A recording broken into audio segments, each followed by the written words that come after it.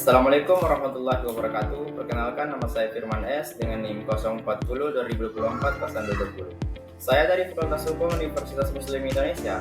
Di video kali ini saya akan membahas materi penting dalam mata kuliah hukum pidana, yaitu tentang pengertian hukum pidana, delik pidana, ruang lingkup hukum pidana, dan asas-asasnya. Nah, pertama saya akan mulai dari pengertian hukum pidana. Nah, perlu kita pahami bersama bahwa hukum pidana itu adalah bagian dari hukum publik yang mengatur perbuatan-perbuatan mana yang dianggap sebagai kejahatan atau pelanggaran, dan juga menentukan hukuman apa yang bisa dijatuhkan kepada pelakunya, misalnya mencuri, membunuh, atau menipu. Semua itu diatur oleh hukum pidana. Nah, apa sih dasar hukumnya? Dasar hukumnya ada dalam KUHP, Kitab Undang-Undang Hukum Pidana. KUHP yang lama masih berlaku sampai sekarang, tapi perlu kita ketahui bersama bahwa mulai tahun 2026 nanti kita akan pakai KUHP baru, yaitu Undang-Undang Nomor 1 Tahun 2023. Nah, di pasal 1 ayat 1 KUHP disebutkan, tiada suatu perbuatan dapat dipidana kecuali atas kekuatan ketentuan pidana dalam perundang-undangan yang telah ada sebelum perbuatan dilakukan. Artinya, kita tidak boleh menghukum orang kecuali sudah ada undang-undang yang mengatur sebelumnya. Inilah yang disebut asas legalitas. Pembahasan yang kedua, saya akan membahas tentang delik pidana. Apa sih delik pidana itu? Nah, kata delik ini artinya tindak pidana. Jadi, delik itu adalah perbuatan yang melanggar hukum pidana dan diancam dengan pidana oleh undang-undang. Contohnya, pasal 362 KUHP mengatur tentang pencurian, pasal 338 tentang pembunuhan, dan seterusnya. Nah, delik bisa dibagi jadi beberapa macam. Yang pertama, ada delik formil. Nah, delik formil ini kita cukup melihat perbuatannya saja, contohnya menyuap. Dan yang kedua, ada delik material, yang mana delik material harus ada akibatnya, contohnya dalam kasus pembunuhan. Dan yang ketiga, ada delik dolus, yang mana delik dolus dilakukan dengan kesengajaan.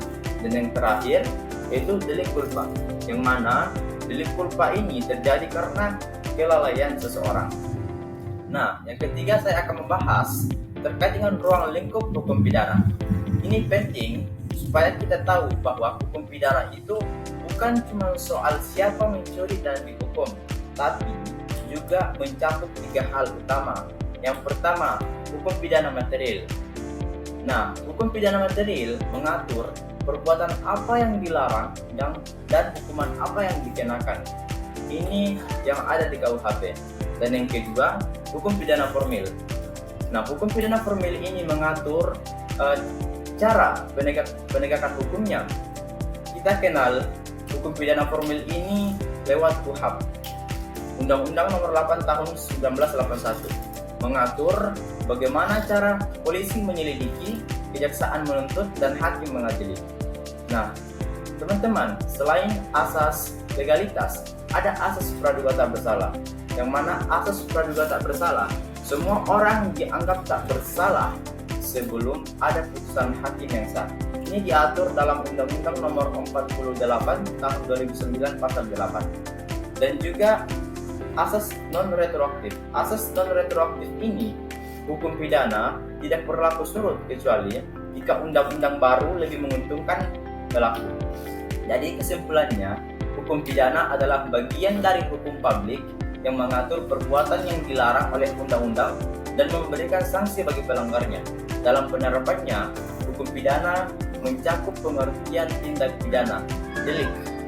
Kemudian, ruang lingkup hukum yang terdiri dari hukum material, formil, dan pelaksanaan, serta asas-asas penting seperti asas legalitas, asas praduga tak bersalah, asas retroaktif.